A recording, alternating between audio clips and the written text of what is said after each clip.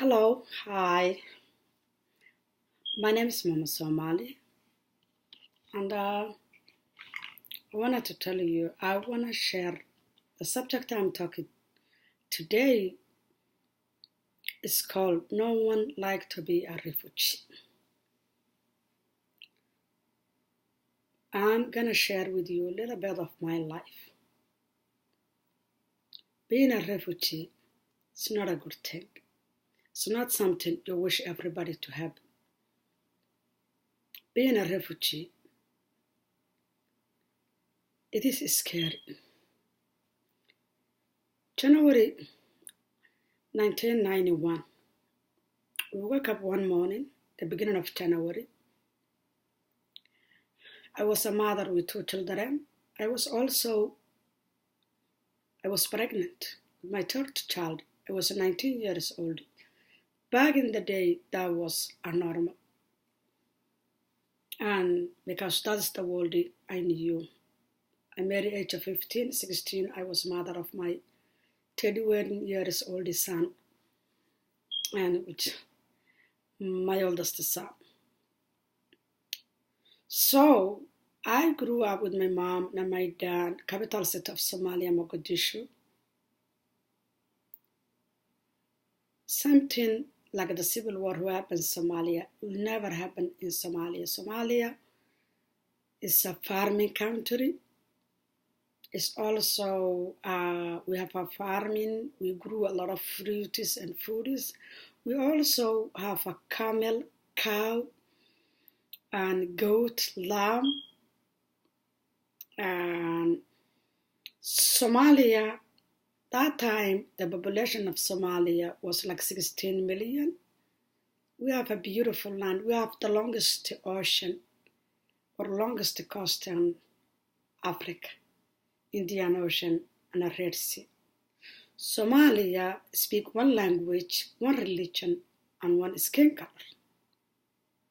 We had a British, we had a French who cut part of Somalia to Djibouti. We had also British who give part of Somalia and Kenya, and we have the Italian was South Somalia. British was North Somalia. So also I believe the Italian cut or the British, I'm not sure which one it is, cut part of Somalia, give to Ethiopia. But it's all good.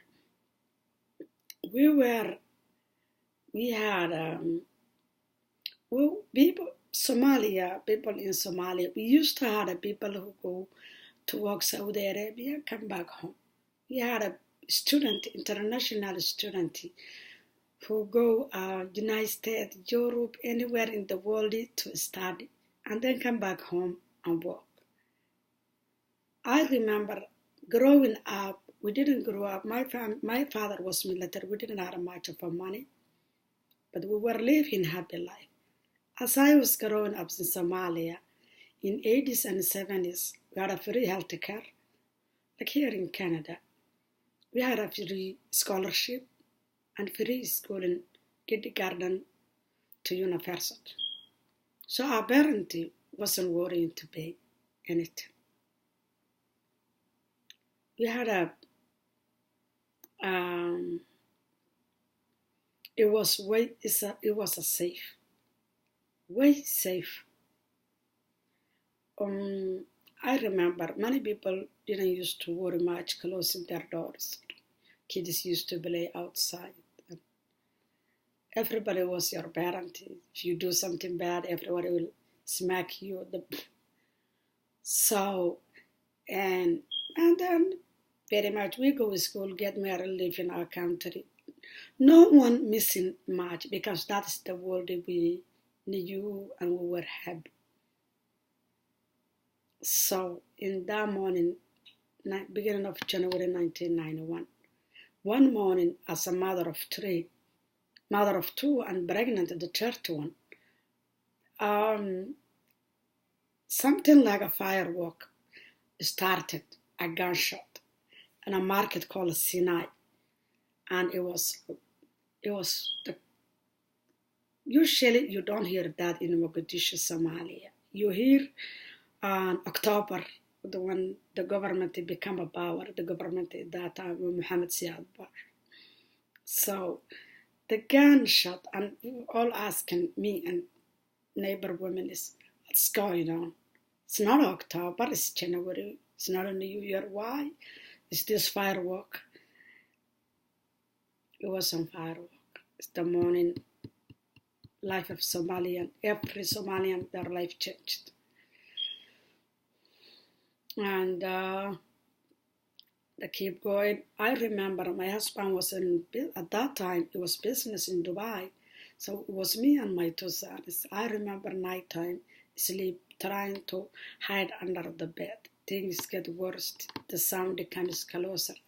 Some more gunshot, more something we never hear.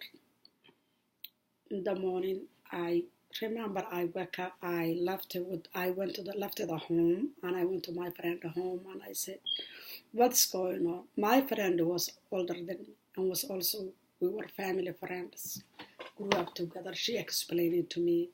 There was a guy called General Aidid who wanted to overthrow the government, or throw something like that. And that is when I left my home and went to my mom, and my mom and dad. And at that moment, when we reached where the military base, my mom and dad was, I also had a tour of my friend's brothers who from other tribe who was carrying with my two sons, and I was carrying something bag in my bag to carry some of stuff and milk and all of that, my kids. And then my dad, when he saw, which is also the two boys were helping me, was his best friend was their father. My father shocked and he said, "Why are you bringing the boys here?" I didn't know. I said, "Why?" My dad said, "No." I remember my dad right away put his two shoulders to sons and ran with them, and I told them, "Don't come back, never here."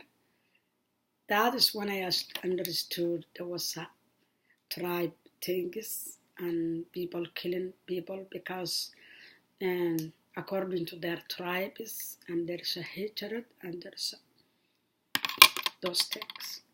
But we didn't fully understand it. We went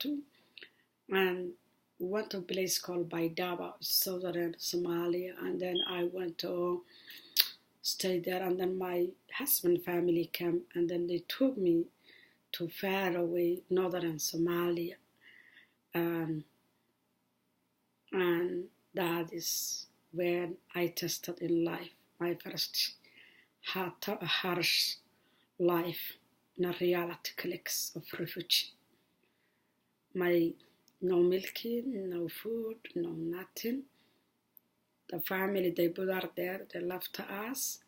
There was there my father-in-law who have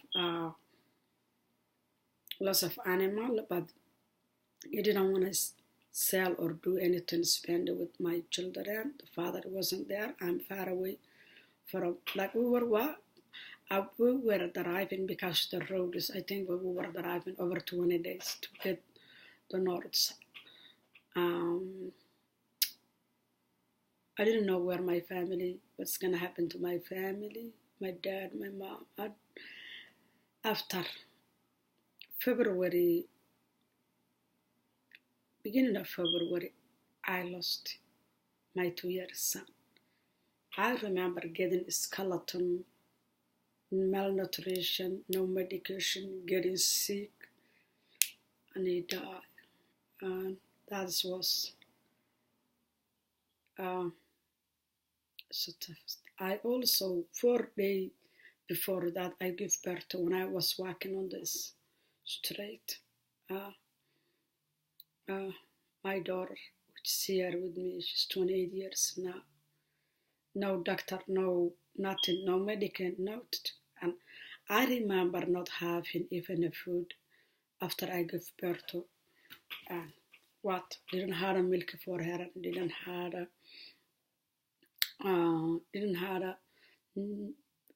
not eating very much 16 hours. And I was seeing that place in a refugee camp. The place was a refugee camp called the Roar. And I remember many mothers every single day crying, burying their children because no malnutrition, no civil war, no milk, and no nothing. It was tough. That's when I first touched the reality of life. Before that, I never seen anyone in my family die or anything like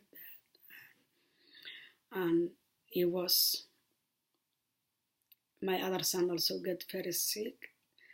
I was praying he might survive, he might not. He get also very skinny like a skeleton. And probably you see in the Somalian civil war, Somali famine in the TV. And it was tough. It was tough life. And after that, my husband in that time came and we tried to start life and everything. Life changed. It was hard for him to adapt to the new reality.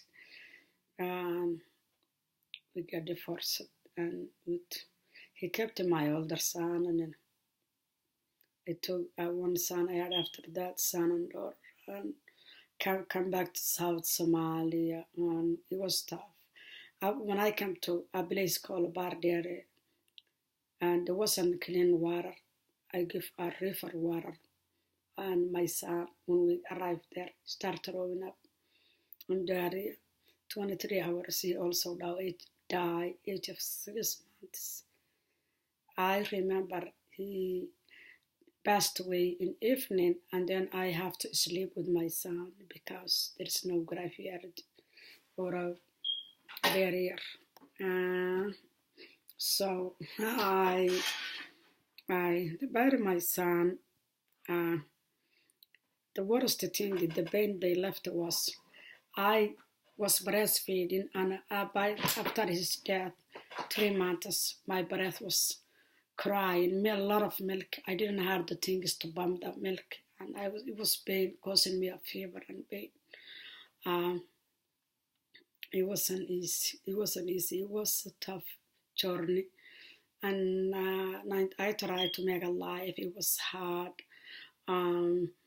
And 1994 December is when I left to Somalia. I never seen after that.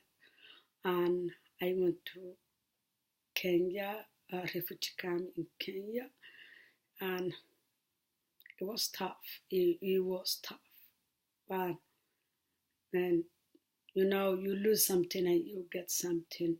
I will continue to share with my life, but I'm thankful. I lost so much, but I gained so much because I'm a Canadian and I'm part of this beautiful 35 million Canadians. I'm thankful what I have, and sometimes everything happens for a reason. So I will share with my life a lot, but we're gonna hopefully you learn a lot from refugee life and experience. No one like to be a refugee.